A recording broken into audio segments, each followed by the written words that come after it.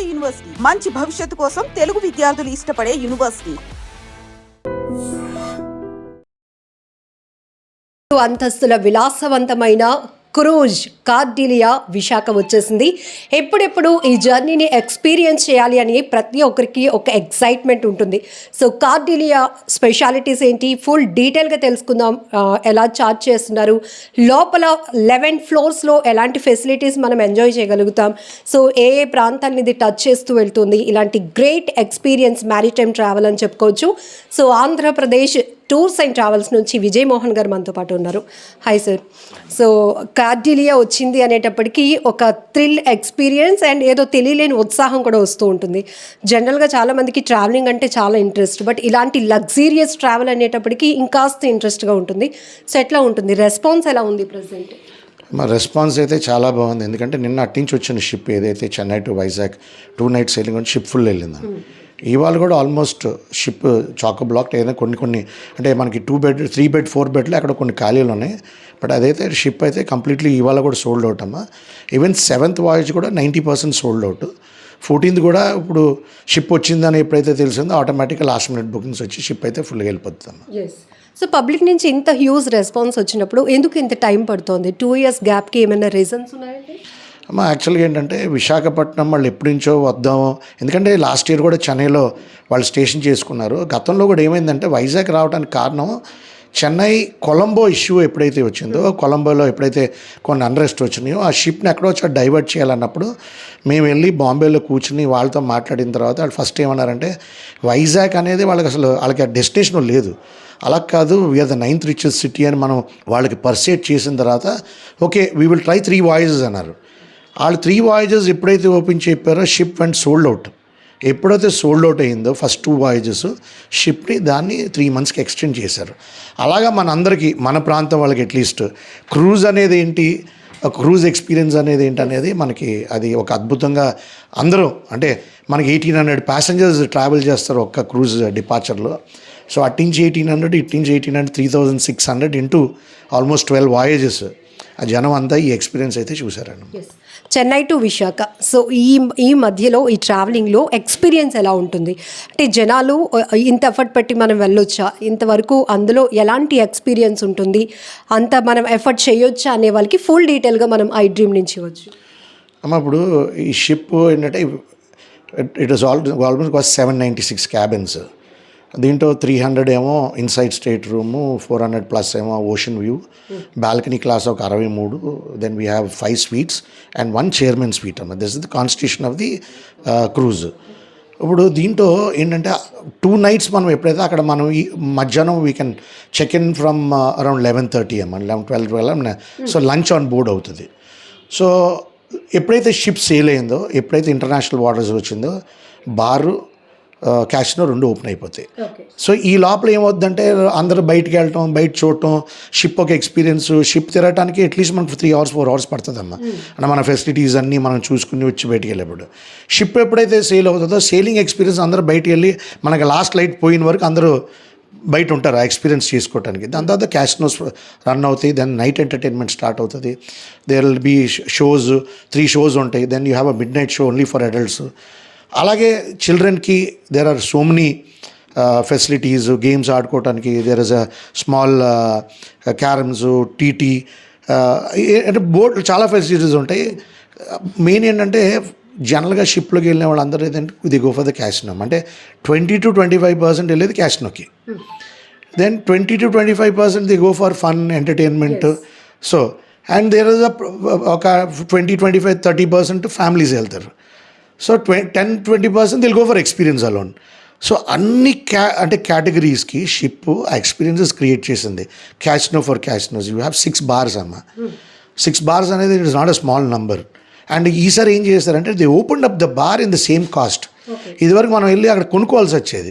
ఇప్పుడు ఏదైతే ఇప్పుడు ఈ ప్యాకేజ్లో బార్ కూడా ఫ్రీగా వచ్చిందమ్మా. సో దట్ అంటే దీంట్లో ఏంటంటే కొన్ని నార్మల్ బ్రాండ్స్ ఉన్నాయి, but there also good VAT 69 అలాంటి బ్రాండ్స్ నార్మల్ ఫ్రీ.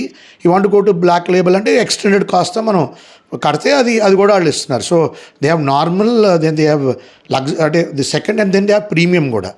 సో 3 రకాల బ్రాండ్లు పెట్టారు. So for alcohol for people చిన్నపిల్లలకి they want some there is మనకి రాక్ క్లైంబింగ్ అని వెనకాల ఉంటుంది, there is a swimming pool, there is evening there is a music live band, live entertainment అక్కడ అవుతూ ఉంటుంది. అంటే for the middle age families ఏంటంటే ఇట్ ఇస్ ద బాండింగ్ అమ్మ. పై డెక్లోకి వెళ్తే మనకి ఏంటంటే ఇది కాట్స్ లాగా ఉంటాయి పడుకొని, it's a time for them to catch back. అంటే ఒక బిజీ లైఫ్లో ఒక wife and husband they will have time for themselves. So అన్ని రకాలుగా అంటే క్రూజ్ అనేది world over wide works because అంటే every parameter for everybody on the ship they create some kind of facility అమ్మ. Food వరకు వచ్చినప్పుడు కూడా they have 2 restaurants which are buffet, one on the top and one on the 4th floor అనుకుంటా, 3rd or 4th floor. Then they will have one specialty restaurant which gives you all specialty dining. So ఇవన్నీ facilities ఉండటం వల్ల ఇప్పుడు ఏంటంటే మనం ship బయలుదేరేపటి అర్థమయ్యేప్పుడు రాత్రి 9-10 అయిపోద్దమ్మా. So కిందకు వచ్చి షోస్ చూస్తాం, రాత్రి 2ంటికి వెళ్ళి పడుకుంటాం, నెక్స్ట్ రోజు మార్నింగ్ ప్రతి వాళ్ళకి ఏంటంటే ఆ షిప్ నిజంగా పొద్దున పూట వెళ్తున్నప్పుడు సేలింగ్ చూడాలి అనేది చాలామంది వెళ్తారు. సో మనకి ఎప్పుడైతే సేలింగ్ జరుగుతుందో మార్నింగ్ టైం అందరికీ మనకు ఆ ఎక్స్పీరియన్స్ వస్తుంది. సో సేలింగ్ అయిపోయింది, నైట్ అగైన్ రాగానే గో బ్యాక్ టు ఎంటర్టైన్మెంట్. మళ్ళీ మన వైజాగ్ రాగానే I'm seeing the Vizag sea shore. So ఈ 3 ఆస్పెక్ట్లు చాలా మంది క్రూజ్ ట్రావెలర్స్కి ఇట్ అట్రాక్ట్స్ దెమ్ టు షిప్లోకి రావడానికి. So coming to middle class, ఇంత లగ్జరియస్ ట్రావెల్ అనేటప్పుడు ఇన్ని ఫెసిలిటీస్ 11 floors అన్నప్పుడు ఖచ్చితంగా లైఫ్లో ఒక్కసారైనా ఇలాంటి ఒక థ్రిల్ ఎక్స్పీరియన్స్ జర్నీ చేయాలి అనిపిస్తూ ఉంటుంది. సో ప్రెసెంట్ అయితే ఫ్యామిలీతో పాటు కూడా వెళ్ళటానికి చాలామంది ఇంట్రెస్ట్ చూపినప్పుడు ఫ్యామిలీ ప్యాకేజెస్ అంటూ ఏమైనా స్పెషల్గా ఉంటాయి సార్, లేకపోతే కిడ్స్కి కానీ లేకపోతే పెద్దవాళ్ళకి ఎట్లా చార్జ్ చేస్తున్నారు? అంటే ఇదమ్మా just like a 3rd AC train అమ్మా, 2nd AC ట్రైన్. 2 peopleకి దే విల్ ఓన్లీ 2 క్యాబిన్ ఉంటుంది. సో కొన్ని క్యాబిన్స్ ఏంటంటే పైన అప్పర్ అయ్యి ఉంటాయి, మనం ఇలా తీసి ఫ్లాప్ చేసి దాని మీద ఎక్కి సేమ్ 2nd ACలో ఎలా ఎక్కుతామో అలాగే ఉంటుంది. సో చిల్డ్రన్కి ఏంటంటే మనకి ఇప్పుడు నార్మల్గా సపోజ్ మనకి 10,000 అమ్ముతున్నారు అనుకో, చిల్డ్రన్కి 7,000 అమ్ముతారు. 7,000 ఎందుకు అమ్ముతారంటే అంటే నేను పర్ డే కాస్టింగ్ చెప్తున్నాను. ఎందుకు అమ్ముతారంటే it gives them all the meals, it gives them all the facilities. అక్క మిడ్ నైట్ షో తప్ప పిల్లలు బెవరేజెస్ నడుస్తూ ఉంటాయి, కూల్ డ్రింక్స్ నడుతాయి. బట్ మిడ్ నైట్ చాలామంది ఏంటంటే నేను చూస్తాను 12 o'clock పిల్లలు లీసి ఉండి డెక్ మీద ఉండి వెళ్ళి ఆ కేకులు అంటే small kind of multiple snack పెడతారు. నేను మిడ్ నైట్ నేను వెళ్ళిన ఈ క్వార్టీలియాలో or even other experience other cruises చిన్నగా ఈ 11 o'clock 12 o'clock పిజ్జాలు, చిన్న పిజ్జాస్, చిన్న బన్స్, చికెన్ బన్ను ఇలాంటివన్నీ పెడతారమ్మా. పిల్లలు అందరూ అక్కడే ఉంటారు, ద హోల్ క్రౌడ్. సో చాలామంది పిల్లలు they will be waiting forward for that 11 o'clock. Night తినరు, ఆ 11 o'clock కేక్స్, బన్స్, పిజ్జాలు, బర్గర్లు వాటికి వెయిట్ చేస్తూ ఉంటారు. So children will have lot of entertainment. Main ఏంటంటే మిడిల్ క్లాస్కి మనం వెళ్ళి యూరోప్లో వెళ్ళి ఎక్కాలన్నా వీసాలు రావాలి, సింగపూర్ వెళ్ళాలంటే ఇది ఒక ఫ్లైట్, మళ్ళీ అక్కడ హోటల్ అకామిడేషన్స్ ఇవన్నీ ఉంటాయి. కాబట్టి ఇండియాలో ఒక క్రూజ్ లైనర్ ఉండటం వల్ల ఏంటంటే క్రూజింగ్ ఎక్స్పీరియన్స్ ఏదైతే ఉందో ప్లస్ ఈ ప్రైస్ ఈ ఇచ్చిన ప్రైస్ అయితే it is very reachable in the middle class community అమ్మ. ఇప్పుడు వాళ్ళు నన్ను డ్రాప్ చేశారు 34,800 they were selling the cabins. That is almost 17,000 plus, చైల్డ్కి 7,000. So 34 plus 28 it is very much reachable for a 2 night. Bookings demand ఎట్లా ఉంది sir? ఇమీడియట్గా అయిపోతుందా, లేకపోతే ప్రీ అడ్వాన్స్గా బుక్ చేసుకునే వాళ్ళకి ఏమైనా కాస్ట్ తగ్గే అవకాశం కూడా ఉంటుందా? అక్కడ actually the cruise I felt they failed in there strategy of selling అమ్మ. ముందేమో హై ప్రైస్ పెట్టారు, ఇప్పుడేమో లో ప్రైస్ పెడుతున్నారు. ఇదేమవుద్దంటే వాళ్ళకి అది బ్యాడ్ ప్రెసిడెంట్. ఫస్ట్లో లో ప్రైస్ పెట్టుకొని తర్వాత వాళ్ళు ఇంక్రీజ్ చేసుకోవాలి. ఇప్పుడు ఏమవుద్దంటే నెక్స్ట్ టైం మేము అమ్మినప్పుడు మేము చాలామందికి అమ్మాం 22, 24 అదే 44,000 40. ఇప్పుడు ఎప్పుడైతే అది పడిపోయిందో వాళ్ళకి నిజంగా మా దగ్గర ఆన్సర్ లేదు. అయ్యో కాస్త వెయిట్ చేసిన బాగున్ను అనేది వస్తుంది. అలాగనే క్రూజ్ సోల్డ్ అవుట్ అయిపోతే క్రూజ్ ఉండదు. బట్ ఓవరాల్ ఏంటంటే మాన్సూన్ టైంలో వీళ్ళు తీసుకురావడం వల్ల ఎంతో కొంత క్రూజ్ బుకింగ్స్ కొంచెం స్లో అయినాయి అమ్మా. ఎందుకంటే అందరికీ ఉంటుంది కదా అమ్మ వర్షాలు పడుతూ ఉంటాయి, మనకి ఏం ఎక్స్పీరియన్స్ ఉంటుంది అనే దాని మీద కొంచెం స్లో అయింది. బట్ నాకు తెలిసి ఆల్ ఈ వచ్చిన 6 voyages in and out they all go full అమ్మ. సో గవర్నమెంట్ కూడా చెప్తుంది క్రూజ్ టూరిజంని ఎక్కువగా మనం ఫోకస్ చేస్తున్నాం, డెవలప్ చేస్తున్నాం. But what they need sir అంటే ఎలా డెవలప్ అవ్వాలి అన్న, పబ్లిక్లోనికి వెళ్ళాలన్నా అది గవర్నమెంట్కి సంబంధించి ఒక డెవలప్మెంట్కి ఒక ముందు స్టెప్ అవ్వాలి అన్నా కూడా ఎలాంటి ఫెసిలిటీస్ ఎక్స్పెక్ట్ చేస్తున్నారు? మన సీఎం చంద్రబాబు నాయుడు గారు అలాగే దుర్గేష్ గారు మన టూరిజం మినిస్టర్ గారు అలాగే అమర్పాలి గారు, అజయ్ జైన్ గారు వీళ్ళందరూ అంటే ఇది ఒకసారి కాదమ్మా, అట్లీస్ట్ లాస్ట్ 1 yearలో ఒక 4 to 5 times క్రూజ్ టూరిజం అనేది మనం కాన్సన్ట్రేట్ చేయాలి అనేది అందరూ భావించారు. ఎందుకంటే మనం కూడా ఇన్వెస్ట్ చేసాం ఇక్కడ ఒక క్రూజ్ టర్మినల్లో. సో గవర్నమెంట్ కూడా, ఆంధ్రప్రదేశ్ గవర్నమెంట్ కూడా was a stake holder in that along with port and central government. So ఈ క్రూజ్ టూరిజం మీద ఏంటంటమ్మా, నాకు తెలిసి ఓవర్ ద నెక్స్ట్ 1 year దీని మీద, ఎందుకంటే మొన్న మనకి టూరిజం కాన్క్లేవ్లో కూడా సీఎం గారు స్టేజ్ మీద కూడా ఈ క్రూజ్ టూరిజం అనేది చాలా ఎసెన్షియల్. అలాగే లోకల్ క్రూజెస్ అంటే ఈ క్రూజెస్కి కొన్ని స్పెసిఫికేషన్స్ ఉన్నాయమ్మా. ఇండియా క్రూజెస్ మనం ఇంకా స్టార్ట్ చేయాలి. అంటే ఎలాగంటే ఇక్కడ నుంచి పారదీప్ నుంచి చెన్నై అంటే మనకి పెద్ద ఉండక్కర్లేదు. You have small. ఇప్పుడు మనం ఫర్ ఎగ్జాంపుల్ మనకి గ్యాంజెస్లో, బ్రహ్మపుత్రలో we see cruise liners now, అంటే బట్ చిన్న క్రూజ్ లైనర్స్. అలాగే మనకు 100-150 క్రూజ్ లైన్ క్యాబిన్స్ ఉన్న క్రూజ్ లైనర్లు కూడా వస్తాయమ్మా మనకి స్లోగా. అంటే it will take some time.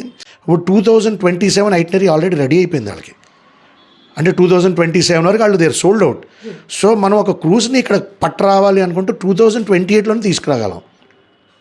మన టార్గెట్ ఏమవ్వాలంటే రీలొకేషన్ క్రూజెస్ అని ఉంటాయమ్మ. ఎలాగంటే యూరోప్ నుంచి the ships coming to China, అంటే 6 నెలలకు మారుతూ ఉంటాయి.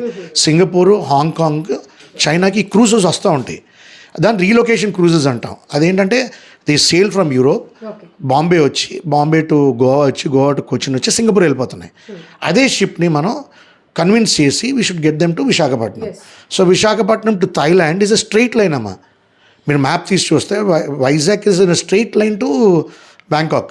ఎందుకంటే మీరు ఏ ఫ్లైట్, ఎయిర్వేస్ ఫ్లైట్లు కానీ ఏ ఫ్లైట్లు వెళ్ళినా going to Thailand night time వెళ్తే మన వైజాగ్ స్కై మీదే వెళ్తాయి అన్నీ. So we are in a straight line. సో దాన్ని దృష్టిలో పెట్టుకొని మనం డ్రీమ్ క్రూజెస్ అనేది it is the biggest cruise liner in the Asian block అమ్మా. ఏషియాన్లో వాళ్ళకి అంటే ఇదివరకు స్టార్ క్రూజ్ అనేవాళ్ళం, వాళ్ళకి 16 క్రూజులు ఉన్నాయి. ఫస్ట్ ఎఫర్ట్గా మనం ముందు వాళ్ళ దగ్గరికి వెళ్ళాలి. మనం వాళ్ళని why don't you start packages from Thailand to India. Vizag is your closest bet. అలాగే ఇక్కడి నుంచి థాయిలాండ్ వెళ్ళినప్పుడు మన వాళ్ళు అందరూ వెళ్తారు ఎక్స్పీరియన్స్కి. సో అది ఏంటంటే డైలాగ్ చేయాలంటే గవర్నమెంట్ ఆఫ్ ఆంధ్రప్రదేశ్ కూడా మనం ఒక స్టెప్ ఫార్వర్డ్ చేసి పోర్ట్ని కూడా ఒక కమిటీని వేసుకొని port trust, government of Andhra Pradesh, stake holders ఎవరితో మనం మాట్లాడితే ఇది ముందుకు వెళ్తుంది అనేది దృష్టి పెడితే. బట్ సీఎం గారు is very clear. Cruise policy రావాలని ఆయన మనం స్ట్రెస్ చేసి చెప్పారు. గతంలో కూడా మనం మీటింగ్లు పెట్టినప్పుడు కూడా మన దుర్గేష్ గారు కూడా దాని మీద స్పందించి లేదు మనం చేయాలన్నారు. అజయ్ జైన్ గారు మనకి ఒక ఎక్సలెంట్ టూరిజం స్ట్రక్చర్ ఉందమ్మా. Body very good minister. ఆయనకి మనం ఒక్కొక్కసారి ఎక్స్ప్లెయిన్ చేస్తే ఆయనకి ఇమీడియట్గా మన భావం ఏంటో అర్థమవుతుంది, మనకి ఏం చేయాలో ఆయనకు అర్థమవుతుంది. కంటిన్యూషన్గా అమర్పాలి గారు, అజయ్ జైన్ గారు యూ హ్యావ్ ద బెస్ట్ అంటే గవర్నమెంట్ సైడ్ నుంచి. సో మేమందరం I think cruise tourism will be the future for. ఎందుకంటే అమ్మా మనకి థాయిలాండ్ నుంచి ఇక్కడికి వచ్చినప్పుడు ఇంకా లాట్ ఆఫ్ బుద్ధిస్ట్. ఇప్పుడు ఈ బుద్ధిస్ట్ ఏంటంటే చాలామందికి ఇది మనం గవర్నమెంట్ ఆఫ్ ఆంధ్రప్రదేశ్కి దీని మీద చాలా స్పెసిఫిక్ ఏరియాలో వెళ్ళాలి. ఎందుకంటే మనకు ఆసియాలో 220 million బుద్ధిస్ట్ ఉన్నారు. అలాగే చైనా, జపాన్, కొరియా అండ్ తైవాన్లో 680 million ఉన్నారు. అంటే 900 million బుద్ధిస్ట్ ఉన్నారు ఒట్టి ఈ సెగ్మెంట్లో. మొన్న మేము రీసెంట్గా ఒక 14 బుద్ధిస్ట్ మనకి వచ్చారు. తొట్లకొండ, బజ్జనకొండ ఈ సైట్లన్నీ చూడటానికి అమ్మ. దాంట్లో ప్రిన్స్ ఆఫ్ కంచన్బూరి వచ్చాడు ఆయన. ఆయన ఏమన్నాడు తెలుసానమ్మా, నేను వీడియో షేర్ చేస్తాను మీతో. ఆయన ఏమనంటే మాకు థాయిలాండ్లో పెద్ద బుద్ధిజం ఉంది, పెద్ద పెద్ద టెంపుల్స్ ఉన్నాయి, పెద్ద పెద్ద స్ట్రక్చర్స్ ఉన్నాయి. కానీ నేను ఇక్కడికి వచ్చిన తర్వాత బజ్జనకొండలో I felt this is the original Buddha, this is the real Buddha అనేది అది ఆ వీడియో ఆయన ఫీల్ అయ్యాడు, నిజంగా చెప్పాడు. సో ఇక్కడ ఏమవుద్దంటే అమ్మా we have the real Buddha. ఇప్పుడు మీరు బజ్జనకొండలో 3 formats ఆఫ్ బుద్ధిజం ఉంటుంది. ఇది stupa, then Buddha statue, then prayer పైన టాప్లో.